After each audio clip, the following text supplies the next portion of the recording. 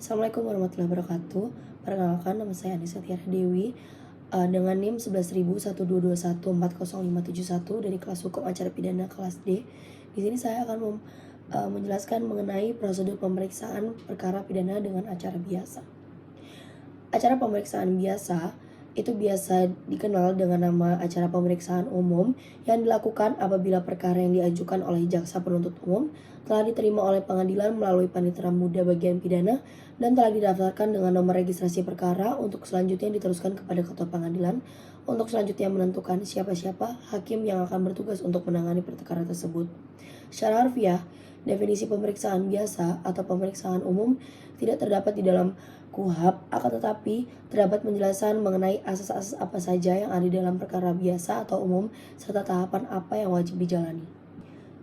Ada asas-asas yang dimaksud dalam acara pemeriksaan biasa. Yang pertama, asas pemeriksaan yang bersifat terbuka untuk umum. Yang kedua, asas yang mengatur terkait hadirin sidang diwajibkan untuk menghormati persidangan. Yang ketiga, asas yang menyatakan bahwa seluruh pihak yang terlibat dalam perkara harus hadir sebelum persidangan tersebut dimulai.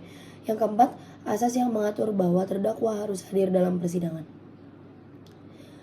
Selanjutnya ada mengenai penetapan hakim atau majelis oleh ketua pengadilan. Ini tertuang dalam pasal 152 KUHP. Yang pertama, penunjukan hakim atau majelis hakim dilakukan oleh ketua pengadilan negeri setelah panitera mencatatnya di dalam buku register perkara. Seterusnya diserahkan kepada ketua pengadilan negeri untuk menetapkan hakim atau majelis yang menyidangkan perkara tersebut. Kedua, ketua pengadilan negeri dapat mendelegasikan pembagian perkara kepada wakil ketua, terutama pada pengadilan negeri yang jumlah perkaranya banyak. Ketiga, pembagian perkara kepada majelis atau hakim secara merata dan terhadap perkara yang menarik perhatian masyarakat, ketua majelisnya sendiri atau majelis khusus. Selanjutnya, ada mengenai pemahaman perkara oleh hakim sebelum disidangkan. Perlu diperhatikan bahwa sebelum berkas diajukan ke muka persidangan, ketua majelis dan anggotanya mempelajari terlebih dahulu berkas perkara untuk mengetahui apakah surat dakwaan telah memenuhi syarat formil maupun material. Untuk syarat formil terdiri dari nama, tempat lahir, umur atau tanggal lahir, tempat tinggal, pekerjaan, terdakwa, jenis kelamin, kebangsaan, dan agama. Untuk syarat material itu ada yang pertama, waktu dan tempat tindak pidana tersebut dilakukan atau tempus delicti dan locus delictinya. Yang kedua, ada perbuatan yang didakwakan harus jelas dirumuskan unsur-unsurnya. Yang ketiga, hal-hal yang menyertai perbuatan-perbuatan pidana itu yang dapat menimbulkan masalah yang memberatkan dan meringankan. Selanjutnya mengenai tidak terpenuhi syarat mutlak. Mengenai butir A dan butir B merupakan syarat mutlak.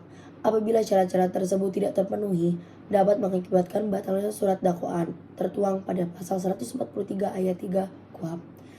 Dalam hal pengadilan berpendapat bahwa perkara menjadi kewenangan pengadilan lain, maka berkas perkara dikembalikan dengan penetapan dan dalam tempo 2 kali 24 jam. Dikirim kepada jaksa penuntut umum dengan perintah agar diajukan ke pengadilan yang berwenang, tertuang dalam pasal 148 KUHP. Untuk pedoman persidangan, tertuang di pasal 153, 157 sampai 158 KUHP yang berisi sidang dipimpin ketua majelis dalam bahasa yang dipahami terdakwa dan saksi, berlangsung terbuka kecuali untuk perkara kesusilaan atau anak. Pelanggaran ketentuan ini membatalkan putusan dan anak di bawah 17 tahun boleh dilarang hadir. Untuk yang pasal 157 dan 158, hakim, jaksa, atau panitera wajib mundur jika berhubungan keluarga dengan pihak perkara dan harus diganti. Hakim dilarang menunjukkan pendapat tentang kesalahan terdakwa di sidang. Selanjutnya ke pemeriksaan perkara. Yang pertama, itu tertuang di pasal 154, 155, dan 156. Yang pertama, pemanggilan terdakwa yang tertuang di pasal 154. Hakim memerintahkan terdakwa hadir di sidang. Jika tidak hadir tanpa alasan yang sah, ia akan dipanggil kembali atau dihadirkan secara paksa.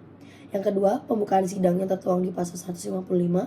Sidang dimulai dengan pemeriksaan identitas terdakwa, lalu penuntut umum membacakan dakwaan dan memastikan terdakwa memahaminya.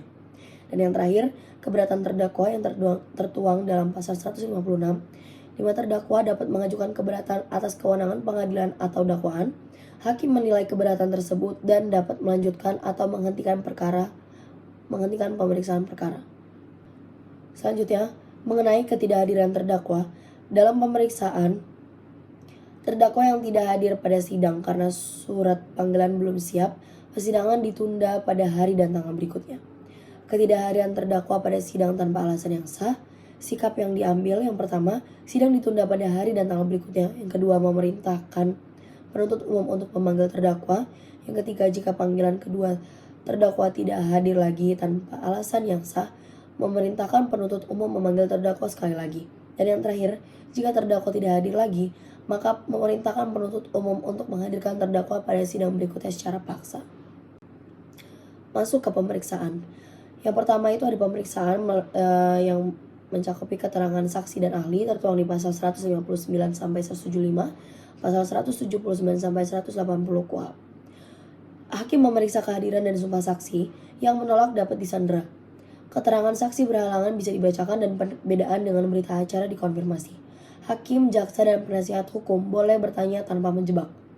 Saksi wajib tetap di ruangan sidang. Ahli dan saksi yang terikat keluarga atau rahasia jabatan boleh menolak bersaksi, dan anak dan orang sakit jiwa bersaksi tanpa sumpah. Yang kedua, mengenai pemeriksaan alat bukti yang tertuang di pasal 181, di mana hakim memperlihatkan barang bukti kepada terdakwa dan menanyakan pengenalannya. Yang kedua, barang bukti juga dapat diperlihatkan kepada saksi jika diperlukan. Yang ketiga, surat atau berita acara dapat dibacakan untuk memperjelas pembuktian. Kemudian, yang terakhir, mengenai tuntutan, pembelaan, dan pengambilan putusan, tertuang di pasal 182 KUHP. Yang pertama, setelah pemeriksaan selesai, jaksa membacakan tuntutan, dilanjut pembelaan terdakwa dengan hak bicara terakhir di pihak terdakwa. Sidang ditutup setelah acara pembelaan, tetapi bisa dibuka kembali bila ada alasan yang kuat.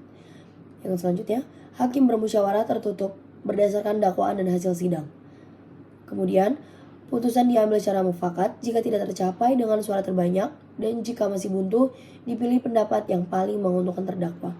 Yang terakhir, putusan dicatat rahasia dan diumumkan sesuai jadwal yang telah ditetapkan. Sekian yang bisa saya presentasikan. Terima kasih. Wassalamualaikum warahmatullahi wabarakatuh.